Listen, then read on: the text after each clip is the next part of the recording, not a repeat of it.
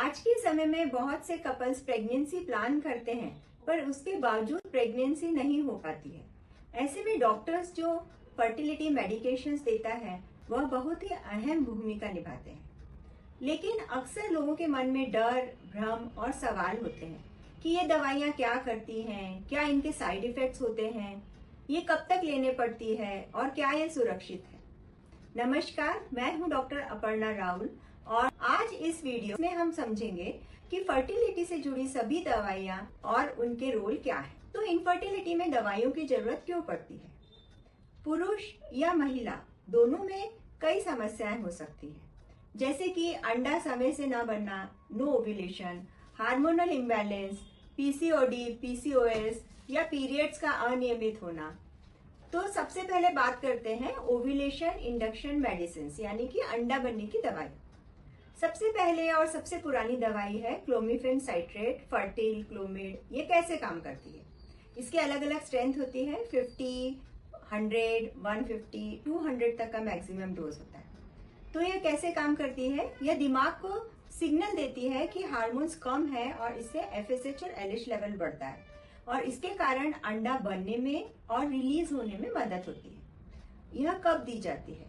जो पेशेंट्स को specially PCOD होता है, अनियमित पीरियड्स होते हैं जिनमें ओव्यूलेशन प्रॉपर टाइमिंग पे नहीं होता है।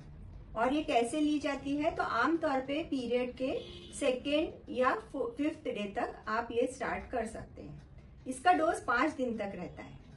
पर इसका प्रॉब्लम ऐसा होता है कि ओव्यूलेशन तो होता है पर यह एंडोमेट्रियम पे बैड इफेक्ट करती है या इसके कारण एंडोमेट्रियम प्रॉपर ग्रो नहीं हो पाती है। तो इसलिए कई बार ओव्यूलेशन होता है पर प्रेगनेंसी नहीं होती है। इसके पॉसिबल साइड इफेक्ट्स में है गर्मी लगना, सर दर्द, मूड स्विंग्स, नौशिया। थोड़े परसेंटेज में मल्टीपल प्रेगनेंसी यानी 2 से ज्यादा, 1 से या ज्यादा अंडे रिलीज हुए तो ट्विंस या मल्टीपल प्रेगनेंसी के चांसेस बढ़ जाते हैं। क्लोमिफेन के बाद आते हैं लेट्रोजोल पे, जो आजकल सबसे ज्यादा इस्तेमाल भी की जाती है क्योंकि पीसीओडी में यह ज्यादा इफेक्टिव होती है और क्लोमिड से कम साइड इफेक्ट्स होते हैं और ओव्यूलेशन क्वालिटी भी बेहतर होती है और इसका इफेक्ट एंडोमेट्रियम पे भी अच्छा रहता है। इसका एक फायदा है कि एक सिंगल हेल्दी एग बनने की संभावना होती है और प्रेगनेंसी के चांसेस ज्यादा अच्छे रहते हैं। ये हो गई ओरल मेडिकेशंस की बात जो ओव्यूलेशन करने में हेल्प करते हैं। इसके बाद है इंजेक्शंस द्वारा ओव्यूलेशन। तो इंजेक्शंस क्या है? एक फॉलिकल स्टिमुलेटिंग हार्मोन यानी एफएसएच के इंजेक्शंस और एक एलएच के इंजेक्शंस यानी ल्यूटेनाइजिंग हार्मोन। यह अंडाशय को सीधे स्टिमुलेट करते हैं। अभी एफएसएच 2 तरीके का हो सकता है, एक है यूरिनरी एफएसएच और एक है रिकॉम्बिनेंट एफएसएच। एलएच जो इंजेक्शंस रहते हैं वो बहुत कॉस्टली होते हैं और एक दूसरा पर्याय है एचएनजी के इंजेक्शंस जिसमें एफएसएच और एलएच दोनों बराबर मात्रा में होता है। तो इंजेक्शंस की जरूरत कब पड़ती है? इंजेक्शन जब दिए जाते हैं जब टैबलेट से ओव्यूलेशन ना हो रहा हो या जो एग्स है वो प्रॉपर रेट पे ग्रो नहीं हो रही है। और स्पेशली आईयूआई या आईवीएफ ट्रीटमेंट में भी इंजेक्शंस दिए जाते हैं। इंजेक्शंस थोड़े कॉस्टली होते हैं और सावधानी रखने की जरूरत होती है और ये डॉक्टर की स्ट्रिक्ट निगरानी में ही दिए जा सकते हैं। जब इंजेक्शंस आप उस जगह पे नहीं ले रहे हो जहाँ प्रिस्क्राइब किए जा रहे हैं तो बहुत इम्पॉर्टेंट है कि कोल्ड चेन मेंटेन करके ही आप वो दूसरे डॉक्टर के पास ही इंजेक्शंस ले जाएं, क्योंकि इंजेक्शंस डिफरेंट रूट से दिए जाते हैं जो इंट्रामस्कुलर यानी मसल में या फिर सबक्यूटेनियस या फिर पेन से हो सकता है। उसकी एक प्रॉपर टाइमिंग होती है जो हाफ लाइफ के हिसाब से डॉक्टर्स लिख के देते हैं और इसके साथ ही डेट भी बहुत इंपॉर्टेंट है। कोल्ड चेन मेंटेन करने के लिए ऐसे आइस पैक्स दिए जाते हैं जो फ्रीज करके रखने पड़ते हैं और ट्रांसपोर्ट के लिए ये आइस पैक्स आप यूज कर सकते हैं। अल्ट्रासाउंड मॉनिटरिंग बहुत जरूरी होती है जब ये साइकिल चालू रहते हैं, क्योंकि यह ड्रग्स देने के बाद इनके साइड इफेक्ट्स हो सकते हैं, जैसे कि ओवरीज का हाइपर स्टिमुलेट होकर ज्यादा अंडे बनाना और हार्मोन्स का एकदम बढ़ जाना जिसके कारण पेट में भारीपन लगना, नौशिया होना या बहुत ज्यादा अंडे तैयार होना जिसके अलग साइड इफेक्ट्स होते हैं। फिर आगे आते हैं, ये तो इंजेक्शंस हो गए अंडे तैयार करने के लिए। फिर होता है एचसीजी का इंजेक्शन यानी ह्यूमन कोरियोनिक गोनाडोट्रोपिन, जो अलग अलग स्ट्रेंथ के होते हैं जैसे कि 5000 या 10,000 और दूसरा है एक रिकॉम्बिनेंट एचसीजी जो 6500 यूनिट्स का होता है। तो इनका काम क्या है? अंडों को मैच्योर करना, ओव्यूलेशन को ट्रिगर करना और यह सही समय पर दिया जाता है ताकि एग रिलीज हो, क्योंकि उसका एक हाफ लाइफ होता है और ये प्रॉपर टाइमिंग पे देने के बाद एक स्पेसिफिक पीरियड होता है 36 आवर्स, या उसके बाद यह अंडा रिलीज होता है।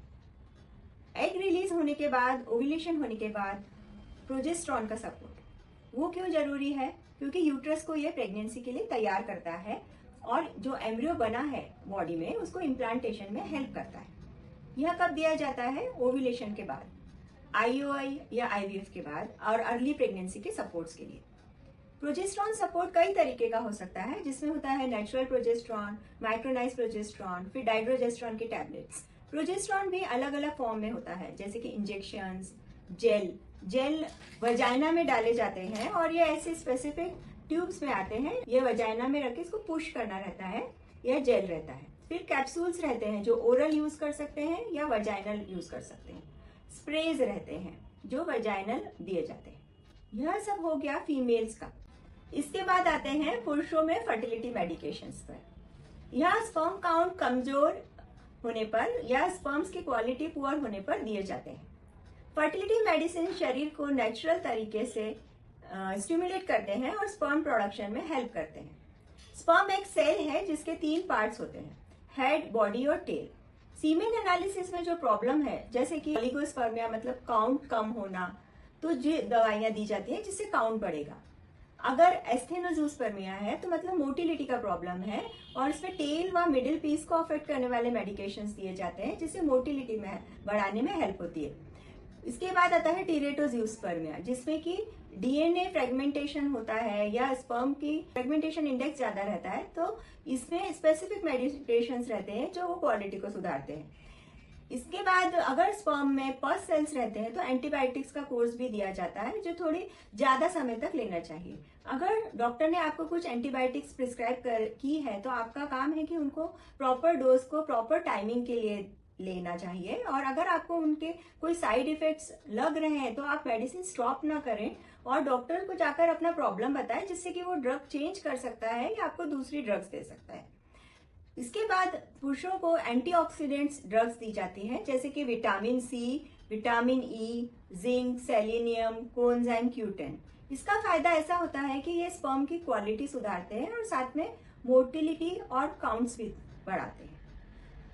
पुरुषों को भी हार्मोनल मेडिसिन दी जाती हैं, जैसा कि इंजेक्शंस रहते हैं जिसमें HMG के इंजेक्शंस होते हैं, HCG के इंजेक्शंस रहते हैं, पर ये स्पेसिफिक केसेस में दिए जाते हैं।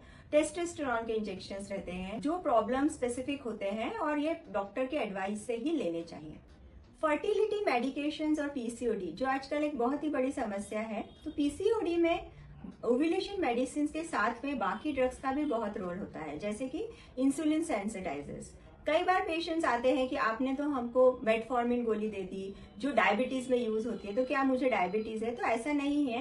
कई ड्रग्स ऐसी होती हैं जिनके कई प्रकार की बीमारियों में उपयोग किया जाता है, तो मेटफॉर्मिन एक ऐसा ही ड्रग है और बाकी के इंसुलिन सेंसिटाइजर्स भी ऐसे ही ड्रग है जो पीसीओडी में भी काफी काम आते हैं। पीसीओडी के पेशेंट्स को चाहिए, जो अगर वेट कंट्रोल करने के लिए कहा गया है तो लाइफस्टाइल चेंजेस करके और बाकी के अगर आपका BMI 30 के ऊपर है तो डॉक्टर्स ने जो मेडिकेशंस दिए हैं वेट कंट्रोल करने के लिए वो लें, क्योंकि वेट एक बहुत बड़ा प्रॉब्लम है। कई आजकल इंजेक्शंस भी अवेलेबल है जो एंटी ओबेसिटी में यूज किए जाते हैं, जैसे कि सीमाग्लोटाइड, मुंजैरो, पर यह सब इंजेक्शंस डॉक्टर के स्ट्रिक्ट सुपरविजन में ही लेने चाहिए। लाइफस्टाइल और मेडिसिन बेस्ट रिजल्ट्स देते हैं।